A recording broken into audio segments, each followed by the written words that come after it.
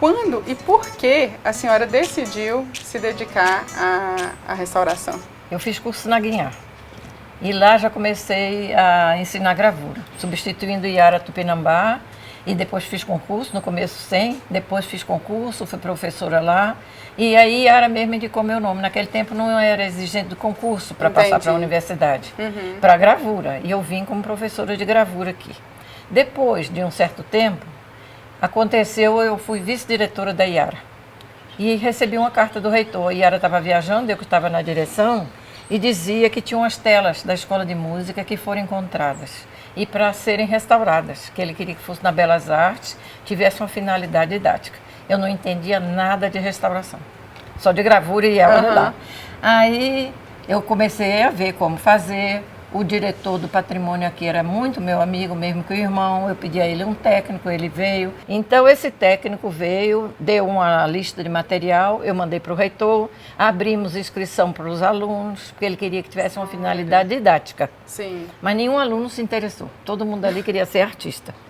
E aí quem se inscreveu foram os professores. Álvaro Apocalipse, Jarbas Juarez, Madu, Tereza Apocalipse, eu, Júlia Espíndola, Wilde Lacerda, Jefferson Lodge, esses que se inscreveram para acompanhar o trabalho. Como o trabalho era muito grande, os alunos começaram também a ver, porque é um trabalho demorado, e começaram a se interessar.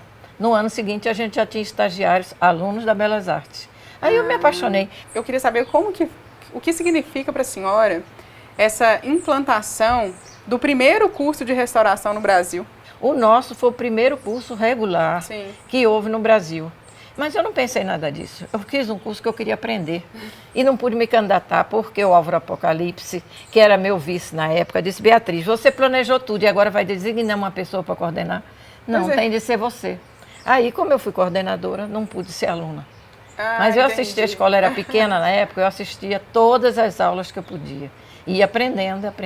Quais que seriam as obras mineiras que a senhora acredita que precisam urgentemente de restauração? Eu vi, no tempo que eu estava mais atuante nessa área, vi imagens preciosas precisando de restauração. Agora, revendo essas coisas, por causa dos 20 anos do SEIB, eu vi uma imagem do Museu de Arte Sacra de Mariana. E eu lá dizia, em 92, por aí, preciso urgentemente de um restauro. Até hoje não sei se foi restaurado. Por que a restauração e a conservação desses bens móveis são importantes para uma sociedade? Eu já dei aula para iniciação à conservação. E eu perguntava aos alunos, nenhum era restaurador. E eu perguntava assim, qual é a sua cidade?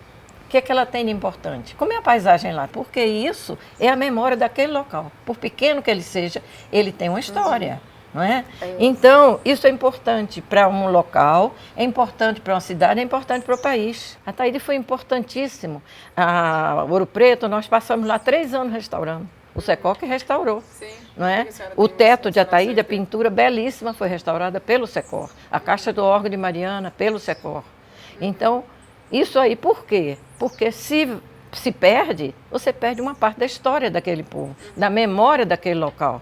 Uma vez iam peças de Aleijadinho para Washington, para uma exposição. E eu conversei com o professor da escola, que dizia lá tudo é climatizado, então não tem perigo. Eu digo aqui, nada é climatizado. Então vai para uma temperatura X, vai para um ambiente com umidade relativa X, que ele não tem aqui. Na parte devocional, que é que eu trabalho mais hoje em dia, é o seguinte, você não pode atrapalhar a devoção das pessoas.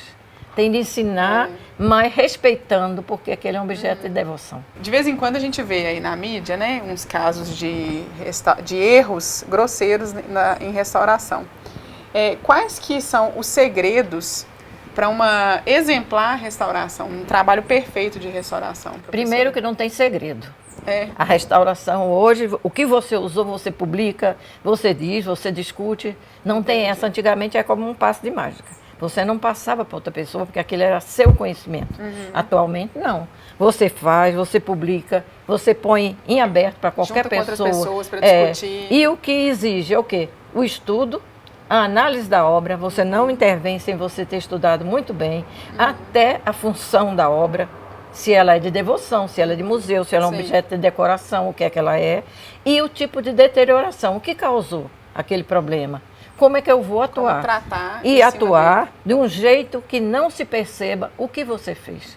O trabalho do restaurador não deve aparecer. Quando aparece, é porque foi mal feito. Restaurador não é simplesmente uma pessoa habilidosa, que é o que todo mundo achava. Sim. Restaurador tem de ter conhecimento, né? e paciência, mas não é só isso. É. Ele tem de estudar, ele tem de ter conhecimento de história da arte, Sim. ele tem de ter conhecimento de química, ele vai ter de pegar uma obra e situá-la no tempo e ver que história ela tem para contar. Sim. Porque muita gente pensa a história da arte. Não, a história daquela obra. Ela foi feita quando, ela teve intervenção, que intervenção foi essa, melhorou ou piorou, restaurou realmente ou atrapalhou, porque muitas vezes a intervenção é muito pior do que cupim, do que qualquer outro tipo de coisa que degrada uma obra.